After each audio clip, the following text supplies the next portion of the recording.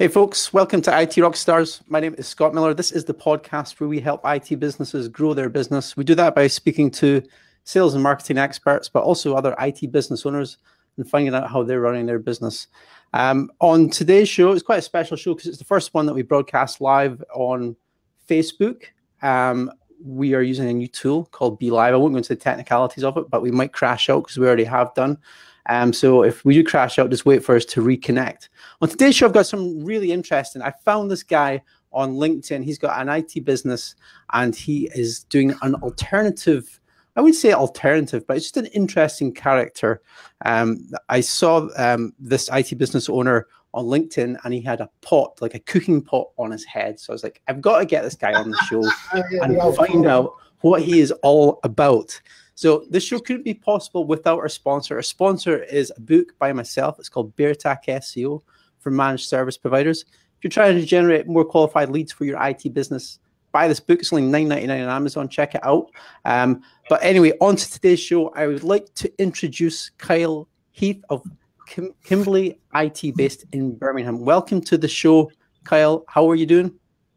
Yeah, I'm good. Thanks for having me. Okay, I think before we start with any of the video stuff and LinkedIn and things like that, I'd really like to get a background on your business, Kyle, and what your career has been to date and the business that you're working in now. If you give us your story to date. Yeah, absolutely. Business working in now at Kimbley IT. That's IT company based out of West Midlands, set up by James Kimbley around about 10 years ago. James was a bit of a forward thinker on the cloud, which is something that our business is all about. It's what James and I love the most. And James started out his business in the cloud 10 years ago, providing Google services and G Suite. So he was a little bit ahead of the game, to be honest with you, back then. Now, kind of come to fruition. And that's what we do. We have an interesting business. It's the two of us who run the business. We provide IT services by transforming companies from wherever they are to fully using the cloud. It's our mission to get people 100% cloud. So it stands out a little bit different to what other people do. It can cause a little consternation. Loads of people give you the forever, oh, you're Google, like, so all your privacy's gone out the window and all that kind of stuff. But the reality of it is we set up some systems that never go wrong. Do you find, I mean, our audience here is other IT business owners, and probably a majority of them, I would assume, are Microsoft houses. When it comes to Google, is there a friction point there when you're moving a client from an Outlook, Microsoft Outlook client, desktop client to G Suite? Is that a friction point for yourself? What experiences have you had with that? Yeah, usually the first thing that people are concerned about is, am I going to lose Microsoft Office? What about Word? What about Excel, Outlook? Mm-hmm. The thing is, that has been the leading product. It's been the only product really in the market since I started out in the 90s. It was the only thing. Microsoft grabbed hold of it, got it by the year 2000. And for 15 years solid, they pretty much had it nailed. They pretty much had it covered. What I've found is you give people something new, they get used to it. Humans are wonderfully adaptable creatures. We can climb Mount Everest. If we can climb Mount Everest, then we can use a different email client, and people can. James and I usually tell people, you'll hate us for 8 to 12 weeks. So and after that, you'll never go. Yeah, absolutely. And the funny thing is, Scott, with that, a lot of people get it much quicker. Younger people do. But we've also had a couple of people recently, a client who got it within a week. They just go, yeah, got it. It's an email client. You send and receive emails and you get attachments and stuff. I said, yeah, that's it. It's in a browser and it's not called Outlook. So I would say it almost sounds as though your business is maybe not alternative, but certainly it's cutting edge if it's completely G Suite. I know there are other providers that just do G Suite, but I mean, I know back in 2011 when Google released this product, Google Apps back then, I remember migrating 200 plus users from a Microsoft Exchange over to Google Apps at the time, and there was maybe of those 200 users, most of them were it was like a care homes, and most of them were fine. They were happy with it. But there was maybe about 10 people based in the head office that really hated the web-based interface. And we had to install the Microsoft Sync client for Outlook to G Suite. And that just caused nothing but headaches at the time.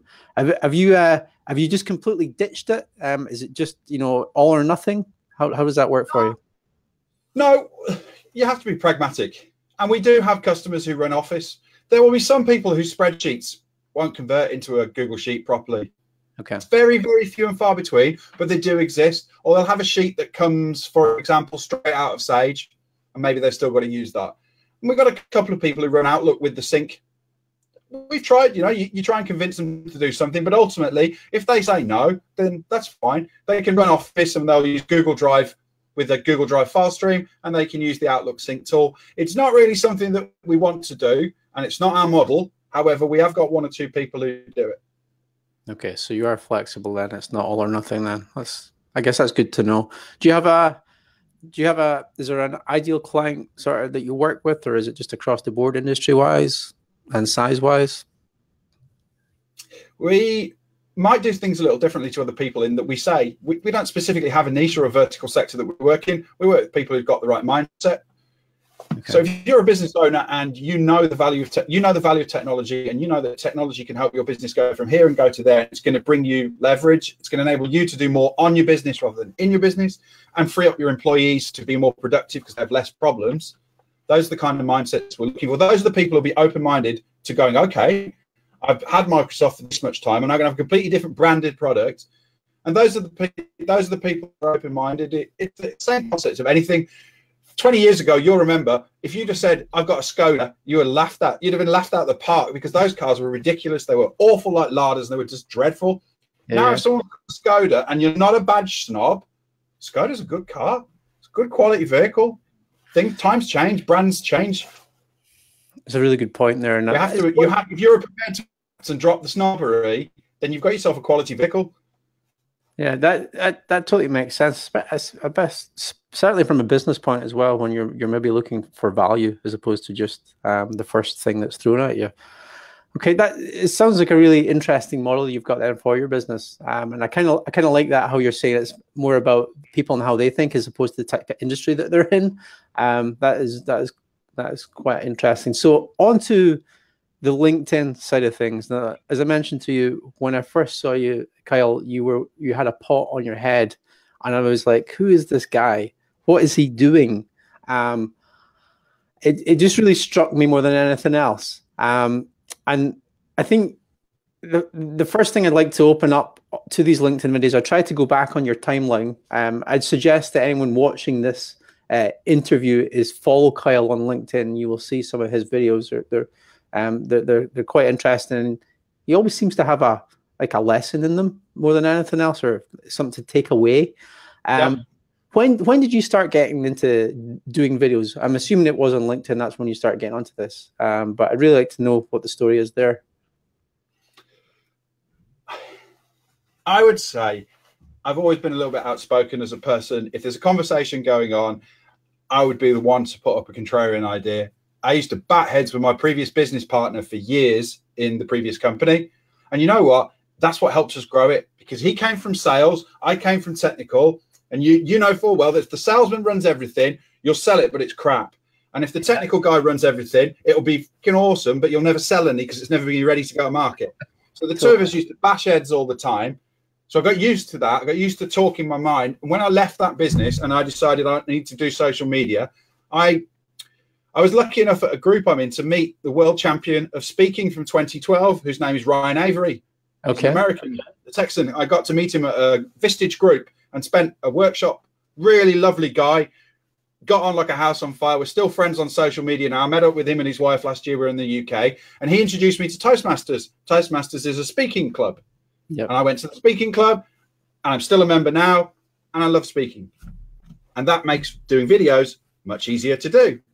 So you were the technical guy, and now it almost sounds as though you've kind of went into almost a sales role. Would I be right? Well, not a sales role, but I think that's a fair assumption. Yeah, I was technical director.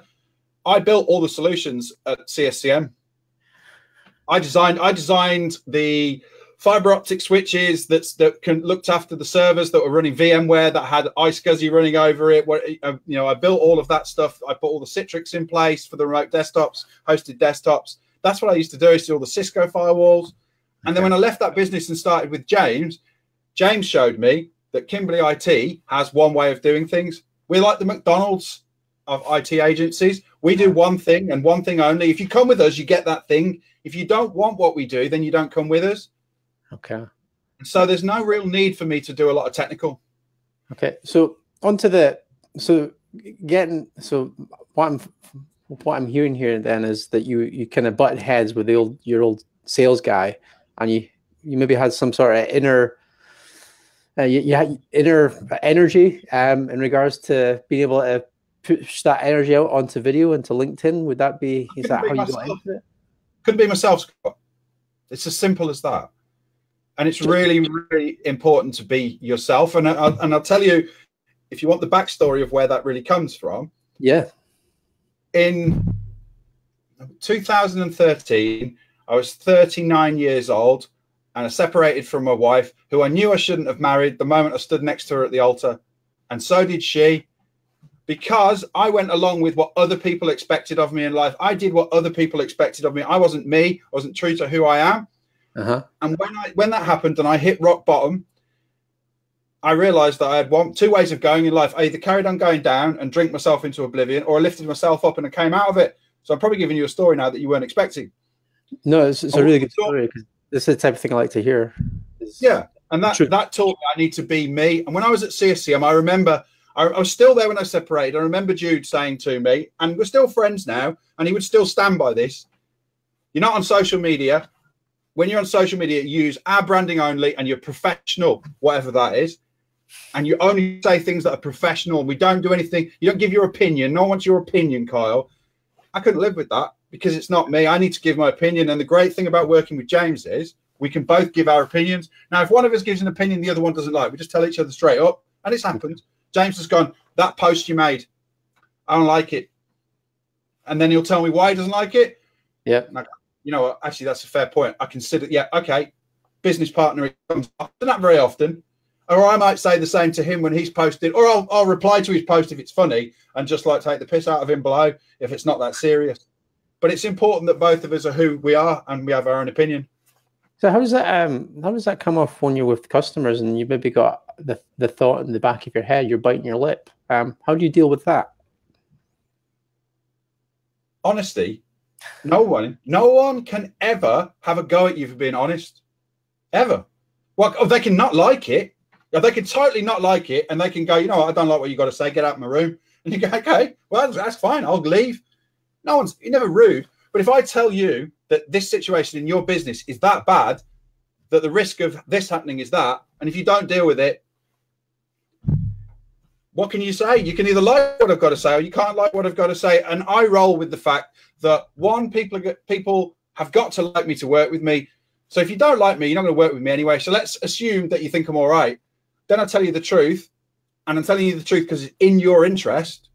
I think that's a good foundation for a relationship in business. It sounds like it. It certainly seems as though you're going about it the right way as well. If you're coming from this perspective of, being very open, the fact that you're not only being very open with your clients, but the types of clients you're probably attracting via your LinkedIn and places like that, they probably know you before they pick up the phone to speak with you. I guess it's like that. It's like the Marmite, isn't it? It's like there's an IT guy here actually up in Aberdeen. I've had him on the show about a year ago. He's a good friend, and he said in one of his most recent videos, "I'm told that I'm like Marmite, where it's maybe that 80-20, or there's a percentage of people that really just have to turn the video off, whereas other people watch every video." Do you find that you have that type of effect? Yeah, absolutely. Yeah. You need to be polarizing. There's no point being in the middle. This is where things were before. If you're in the middle, then no one cares whether you're good or bad. You're better off. If only 0.01% of people like you, so better to have this tiny proportion love you and the rest be not bothered or dislike you, and then you've got an audience. But if you're in the middle and you're neither here nor there, then no one cares. Okay, so there's probably a large bit of my audience that are quite introverted just because they're in IT. They might be in the technical role, they're maybe not in the sales role, or they want to be in that middle ground. What would when you first started doing these videos, Was there anything, I don't know if you remember, was there anything going through your head when you were trying to be truthful with yourself, but when you first hit recorded and posted it online, did you have any fears at all?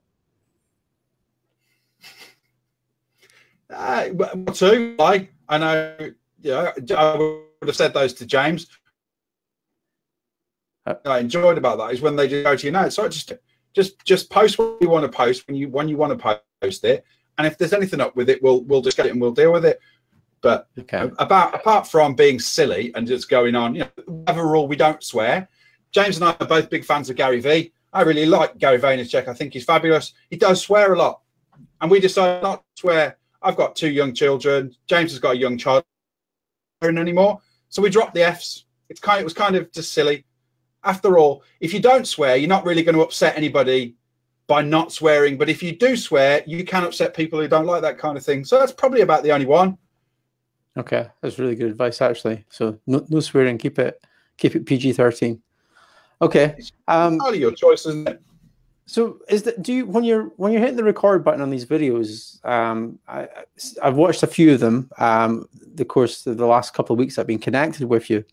Do you have any sort of like plan in your head of what you're going to say? Do you have like a formula that anything like that you run through? Is it basically just coming out as you feel it, or do you have like any sort of plan or goal with the videos? No, pretty much everything I've done on LinkedIn is freestyle. And that part of being in Toastmasters has something called table topics, where you're given a question and you speak for up to 2 minutes on a random question that you're given at each event. It's something to practice your impromptu speaking with. And I find myself, when I do my own talks at Toastmasters, I like to outline my talk and then talk it freely. I'm not good at remembering lines. I wouldn't have made a great actor, not in the traditional sense. I couldn't have done Macbeth, but I could have got into character and done some method acting where you can freely script it. And that's why I just go and roll with it. So you go with the flow. I'm the complete opposite. When it comes to talking, I'm okay like when we're doing these type of interviews, but I am the opposite. Like when I used to go to BNI in the car in the morning, I would rehearse 5 to 10 times my 60 seconds before I was up there in front of everyone. And I would be completely lost if I had to just go with the flow. I'd be stuttering and everything. So it's maybe something you should have gone to Toastmasters. Well, I think I'm going to go to one. I know we've got them up here, Kyle. So definitely. So I guess that's maybe a takeaway from here is, if you are introverted, maybe join something like Toastmasters, and they're kind of global, aren't they? They're kind of all around the world. That's a global organization. You can go as a guest for free to events to see what it's like. And improving public speaking has a tremendous effect on your life. That's why I talk about it a lot. It's made a big difference to me, and it does to many other people. Okay, well, that's good to know. All right. On to probably, this is one of the reasons that I asked you on in the interview. Now, you have an opinion of other IT companies and how they're marketing their business. Now, you put a post on LinkedIn, Kyle, last week, and I would say you were maybe ridiculing, but you were pointing out how other IT companies were marketing. I'd really like to know why you put that type of post online. They're maybe your competitors, and what you gain to benefit from that, or how are you trying to help other people out?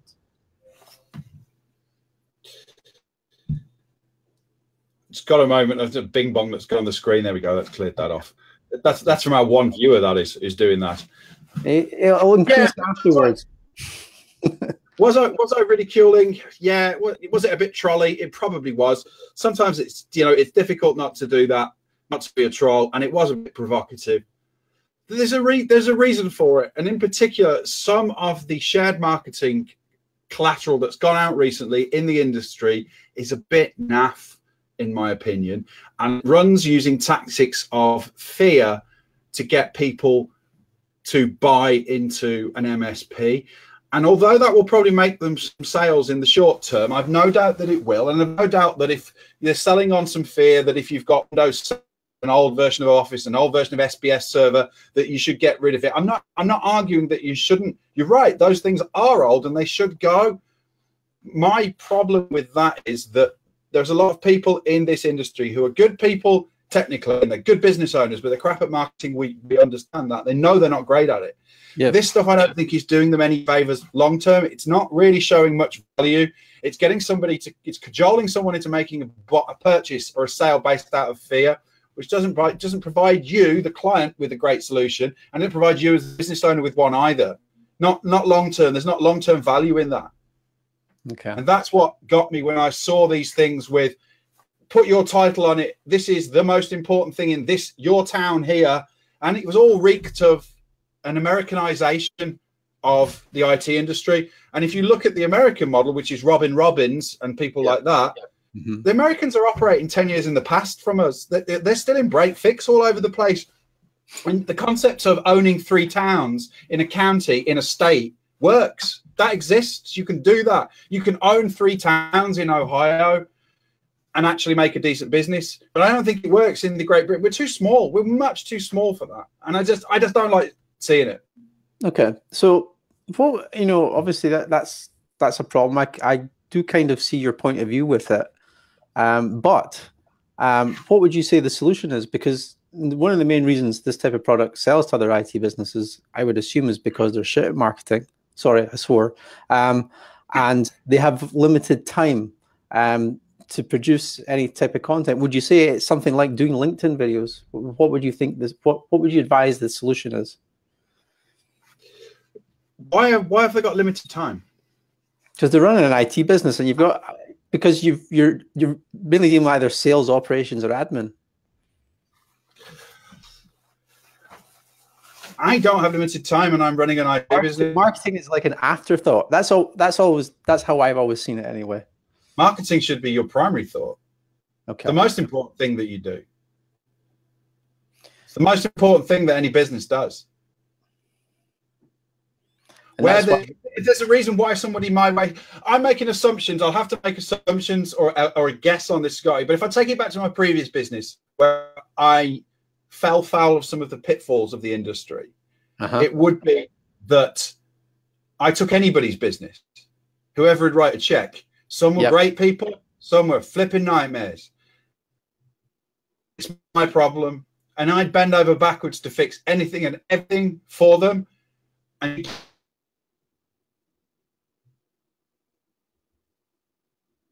you've got any expectations of what is expected for your service to them and vice versa, and therefore you leave yourself open to being wagged by the dog. The tail is wagging the dog. I see. Okay. And I think that's what kills the time for most MSPs. So, but that can't be solved with marketing. Is that then just not saying yes to everyone? No, that can't be. You're right. It can't be solved with marketing. But the question of why maybe they don't have enough time to do marketing is because they're so busy fighting fires or solving problems or focusing on what the latest. At the moment, I'm seeing a big trend in the industry of everybody wanting to sign up to Continuum and things like that. These kind of out-service knocks and all the stuff. But, this audience understands what we're talking about with those terms. You don't need all of that stuff if you've got your setup right and you know what you're going to deliver and you deliver it. You've got one thing you deliver and you deliver it to people consistently. You don't need all of that to do it. But you do if you take on anybody who's got any type of system. Then you find yourself swamped with work and not enough people to do the work. Okay, we're losing the connection here a little bit. We'll just wait a second and come back. Okay, well, that's a really interesting take. I mean, I don't have an opinion on that per se myself. In the business that I do, because it's completely different to what you're doing, Kyle. Would you say that, the Google solution that you provide is taking a market share away from the Microsoft? Do you think that there's more to come on the G Suite side of things? I do, yeah, absolutely. Having been to Next 2018 this year, the size of the area that Google had got at the Excel was 3 to 4 times bigger than they had the previous year. And I've got absolutely no doubt now when you're seeing big organizations like Colgate Palmolive, AirAsia, they're all completely G Suited. So the big corporates get it. They understand what's there. You see a lot of small single solopreneurs and small businesses. They get it because it's relatively cost effective and easy for them to get in. And then right in the middle, the heart of what runs the country, the SME market, your 30 to 300, 3,000 user size businesses, they're getting coming up from the bottom, coming down from the top, and they're starting to see that they could do something different than having Microsoft, having a server, or even having a hosted desktop. Because, you know, I was selling hosted desktops at CSCM. We started in 2008. We built our own first hosted desktop system in-house, and then we moved it into a data center, and we started selling Citrix-based desktops. And it was great. No one else was doing it. Yeah. That market's quite saturated now. I think it'd be a lot harder to make a good margin on it, a lot harder to differentiate in that area. So cloud now brings that new level of service. Cloud is the thing now that hosted desktop was probably 10 years ago. Okay. So, I mean, that's, you know, coming from Citrix, Microsoft obviously came back with remote desktop services, which has improved vastly. But now they're doing managed desktops, and you can go to even places like Amazon AWS and spin up a desktop. I guess the question is do you provide any of your clients with that type of solution, or is it just purely Google? No, we don't provide with any of those kind of solutions. Okay, all right. What we provide our clients with is IT systems that work all of the time. 95% of the time is what we say, and the 5% we can't deal with are printers and people. Printers, I love it. Printers going to break. Yeah, everyone knows a printer's going to break. We all hate printers. We've always hated printers. People still like to print stuff. We focus on not printing. You know, we tell people how to print as little as possible, but still, every now and again, you've got to send a letter to the HMRC that's on paper, so you've got to have a printer. And primarily, we're focused around being an education business.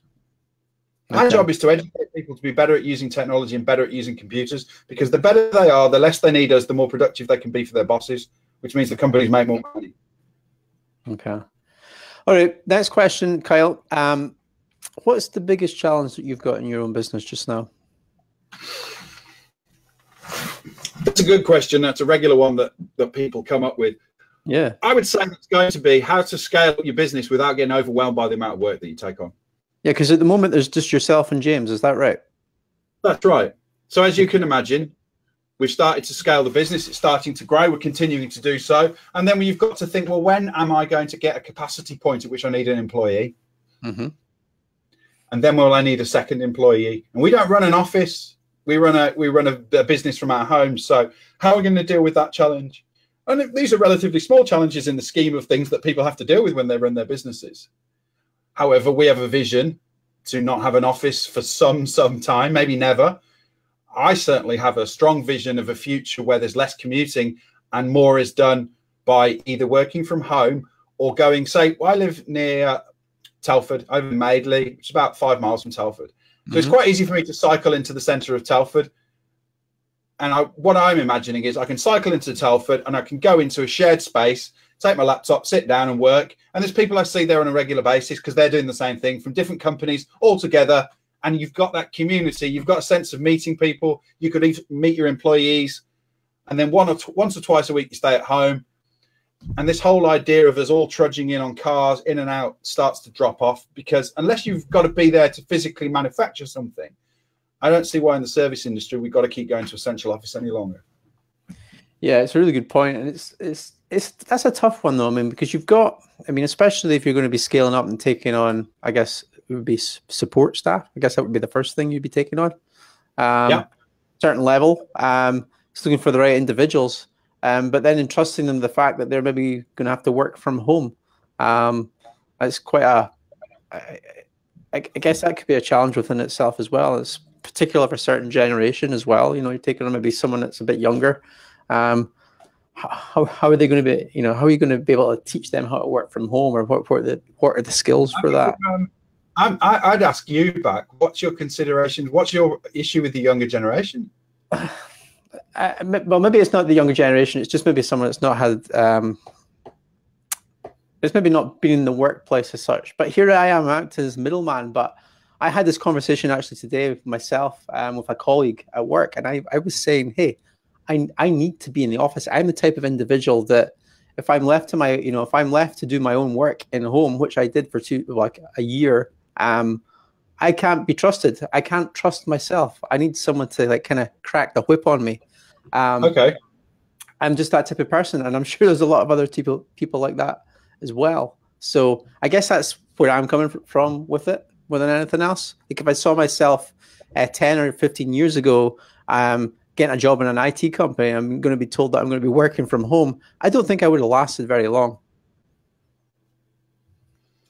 Yeah, I can understand some of your points on that, and it's going to be an interesting challenge when it comes up. It'll be the right person, because some people, working from home will sound fantastic. Great, I'm going to go anywhere. I'm going to commute. I'm going to have a car, etc., etc. What I can do it at home, have a cup of coffee, just do what I want. Theoretically, that's how you might view it. Then the next person might say, well, hang on a minute, I don't get to meet anybody. I don't get to see any boys and girls that I want to have a look at as a young person. I don't get any of that vibe that's going on. So there's also an aspect of that comes into the mix as well. But I've always been an advocate of hiring on attitude. Attitude is the number one thing. So it's got to be a Kimbley IT person. And it's simply a matter of finding the right person. Definitely seems like it, Kyle. Definitely seems like it. I don't know if what you did, what I do is I've almost got a black book. James is the same. We have people now that we would hire. It's just not the right time to ask them that question. Yeah. But you've already met them. I know them. I know people who would be great for us. And when the time's right, we'll make the offer. That's awesome that you're in that position. You've kept these names more than anything else. I was in that position just recently. Actually, who can I get for this? And I was trying to rack my brain, but if I kept that black book, that would have made so much sense. All right, Kyle, we're going to wrap up here. We do have a couple of comments from James, actually. Let me bring up one of them. He's kind of commenting here. They love it. They wouldn't be a client otherwise. It's all about disqualifying people who don't want to work with. Okay, well, we've kind of covered that already, haven't we? You're kind of doing that within your marketing. You're disqualifying people that you don't want to work with, which seems to work really well for you. Yeah, that would be James's answer to the question about why would our clients like us or stay with us, or what's the value. Yeah. All right, cool. All right, is there anything else you'd like to comment on? Any questions that I've maybe missed that you'd like to answer whilst you have this opportunity, Kyle? I would only have one question for you, Scotty, and that would be, what do you see as going to be the state of the MSP industry in the next 3 years? So I did a video on this on YouTube about a month ago, and I titled it "IT Support is Dead." And it's after listening to an interview with Richard Tubb for his on his podcast. He had like a round table, and he was interviewing a lot of vendors actually more than anything else. But there was IT business owners in the room, and what they were all coming back with is IT or managed IT services very much it's becoming a commodity. The lights, we were. When we're doing IT support, we kind of have to make sure the lights are on, the computers are working, and all that type of thing. That's all. They're all kind of taking care of themselves now, and things are just going to get smarter and smarter. So it's like, how do you provide IT support when you no longer need IT support? Well, you become maybe the technical expert and looking into a business, looking at maybe the processes within the business, and then automating those processes, or working in with particular types of companies, niching down and becoming the expert in that type of industry or that type of, that business, how that business is running. That's where I think it's going. And that's kind of why that's why I entitled the video "IT Support is Dead." Okay. Yeah, okay. It's good. It's good that I did see that title and I hadn't watched it, and I shall watch it. It got a lot. I put it on Reddit, and there was a lot of comments. And the whole reason I entitled it "IT Support is Dead" was so people would watch it and comment on it. So headlines are important. yeah. So give it a watch, Kyle. Thanks for the question. It's interesting getting the questions back at me. All right, cool. We'll leave it there then. Join us in next week's interview. We've got someone that keeps on hassling me via LinkedIn. They want to be on the show. They actually want to be paid. They want to pay to be on the show. Now, I'm not sure if this is because they've seen a competitor on the show or something like that. I'm not going to go into too much detail on it, but that's for next week's show. Anyway, it's been great. This is IT Rockstars. My name is Scott Miller. Thank you. Bye. All right.